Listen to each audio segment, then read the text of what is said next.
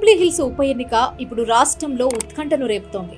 ఉచిత బస్సు, ఉచిత సిలిండర్లు, 200 యూనిట్ల ఫ్రీ కరెంటు, తాగునీరు, నాణ్యమైన రోడ్లు వంటి సిటీ బస్తీ వాసులకు ఉపయోగపడే పథకాల అమలుతో కాంగ్రెస్ ఈ రేసులో ముందుంది. దానికి తోడు అధికార పార్టీ కావడంతో గెలుపుకి అవకాశాలు ఎక్కువుంటాయనేది తెలిసిందే.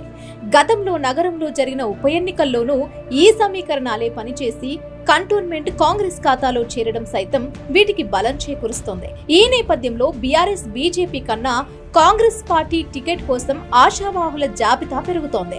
ముఖ్యంగా రాష్ట్ర వ్యాప్తంగా పేరున్న నేతలైన అజహరుద్దీన్, పీజీఆర్ వారసులు, నవీన్ యాదవ్, వీరితో పాటు సిఎన్ రెడ్డి ప్రధానంగా అధిష్టానం దృష్టిలో ఉన్నట్లు తెలుస్తోంది. అయితే గత ఎన్నికల్లో 16,000 పైచిలుకు తేడాతో ఓటమి చెందడం, స్థానికంగా అందుబాటులో లేకపోవడం అజహరుద్దీన్ కు ప్రతికూల అంశాలుగా ఉండగా, విష్ణువర్ధన్ రెడ్డి, విజయారెడ్డి, నవీన్ యాదవ్ సైతం గతంలో ఓటమి చెందడంతో స్థానికంగా అందుబాటులో ఉండే యువ నేతలకు అవకాశం ఇవ్వాలనే అభిప్రాయం అధిష్టానంలో ఉందనే చర్చలు ప్రజల్లోకి వెళ్లాయి.